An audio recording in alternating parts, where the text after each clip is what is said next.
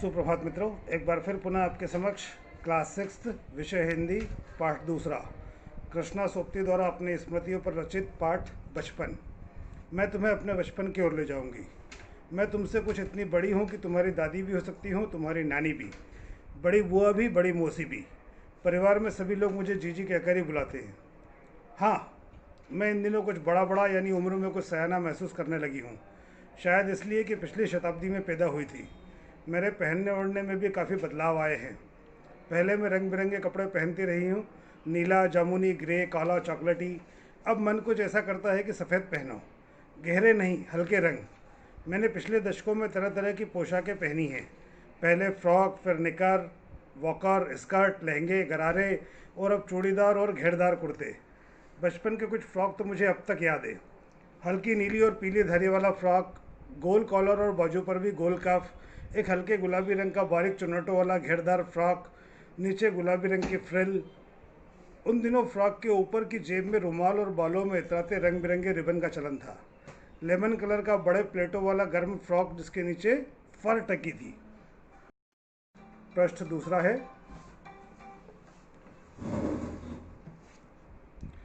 दो ट्यूनिक भी याद है, एक चॉकलेटी रंग का और एक अंदर से कोटी पैची, दूसरा ग्रे और उसके साथ सफ़ेद कोटी। मुझे अपने मोजे और स्टॉकिंग्स भी याद है।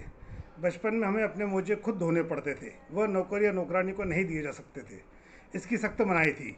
हम बच्चे इतवार को सुबह एसी में लगाते, धो लेने के बाद अपने अपने जूते पॉलिश करके चमकाते।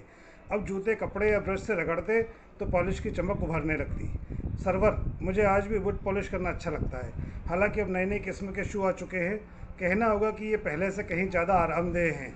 हमें अब नए जूते मिलते, उसके साथ ही छालों का इलाज शुरू हो जाता।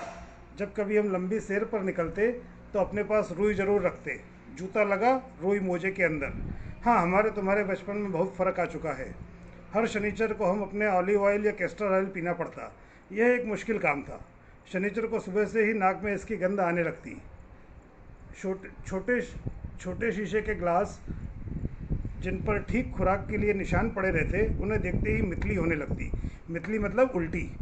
मुझे आज भी लगता है कि अगर हम न पीते तो वह शनिवारी दवा तो कुछ ज़्यादा ही बिगड़ने वाला नहीं था, सेहत ठीक ही रहती। प्रश्न 3। तुम्हें बताऊंगी कि हमारे समय में और तुम्हारे समय में कितनी दूरी हो चुकी है। यहाँ तक कि बचपन की दिलचस्पियाँ भी बदल गई है। याद रहे, उन दिनों कुछ घरों में ग्रामोफोन थे, रेडियो और टेलीविज़न नहीं थे। ग्रामोफोन एक प्रकार का वाद्य यंत्र होता है। हमारे बचपन में कुल्फ़ी आइसक्रीम हो गई है, कचौड़ी समोसा पैटिस में बदल गया है, शहतूत और फालसे और खसखस की शरबत कोक पेप्सी में। उन दिनों कोक नहीं, लेमनेड और विमटो मिलती थी। शिमला और नई दिल्ली में बड़े हुए बच्चों को वेंगर्स और डेवी को रेस्तोरां की चॉकलेट और पेस्ट्री मज़ा देने वाली होती।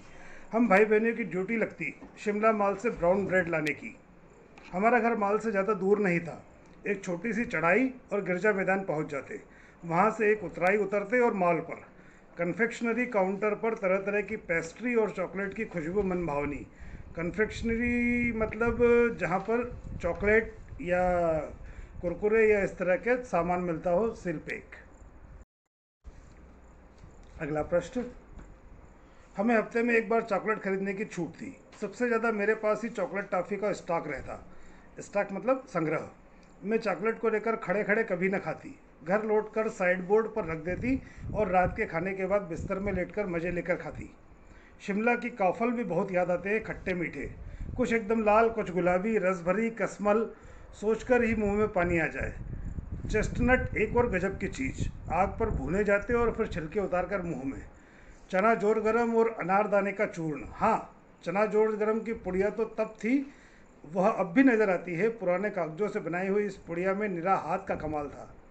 नीचे से तिरछी लपेटते हुए ऊपर से इतनी चौड़ी कि चने आसानी से हथेली पर पहुंच जाए। एक वक्त था जब फिल्म का गाना चना जोर गरम बाबू में लाया मज़ेदार चना जोर गरम, यह गाना उन दिनों स्कूल के हर बच्चे को आता था। कुछ बच्चे पुड़िया पर तेज मसाला बुरकवाते, बुरकवाते मतलब छिड़कवाना। पूरा गिरजा मैदान घूमने की तरह यह पुड़िया चलती, एक एक चना पापड़ी मुंह में डालने और कदम उठाने में एक खास ही लय रफ्तार थी। छुटपन में हमने शिमला रिज पर बहुत मज़े किए हैं, घोड़ों की सवारी की है। शिमला के हर बच्चे को कभी न कभी यह मौका मिल ही जाता है। हम न जाने क्यों घोड़ों को कुछ कमतर करके समझते, उन पर हंसते थे। ननिहाल के घोड़े को हष्ट पुष्ट और खूबसूरत, उनकी बात फिर कभी।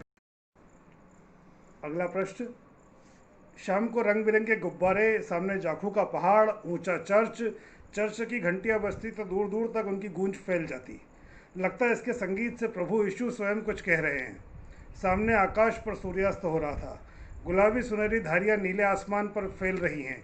दूर दूर फैले पहाड़ों के मुखड़े गहराने लगते और देखते देखते बत्तियां टिमटिमाने लगती। रिज पर की रौनक और माल की दुकानों की चमक के भी क्या कहने। स्कैंडल पॉइंट की भीड़ से उतरता कोलाहल। सर्वर, स्कैंडल पॉइंट के ठीक सामने उन दिनों एक दुकान हुआ करती थी जिसके शोरूम में शिमला कालका ट्रेन का मॉडल बना हुआ था। इसकी पटरियाँ, उस पर खड़े छोटे छोटे डिब्बे वाली ट्रेन, एक और लाल टीन की छत वाला स्टेशन और सामने सिग्नल देता खंबा, थोड़ी थोड़ी दूर पर बनी सुरंगें। पिछली सदी में तेज रफ्तार वाली गाड़ी वही थी। कभी कभी हवाई जहाज भी देखने को मिलते। दिल्ली में जब भी उनकी आवाज़ आती बच्चे उन्हें देखने बाहर दौड़ते। दिखता एक भारी भरकम पक्षी उड़ा जा रहा है पंख फैलाकर, यह देखो, और वह गायब। उसकी स्पीड इतनी तेज लगती। हाँ, वहाँ गाड़ी के मॉडल वाली दुकान के साथ एक और ऐसी दुकान थी जो मुझे कभी नहीं भूलती। यह वह दुकान थी जहाँ मेरा पहला चश्मा बना था। वह आंखों के डॉक्टर अंग्रेज थे।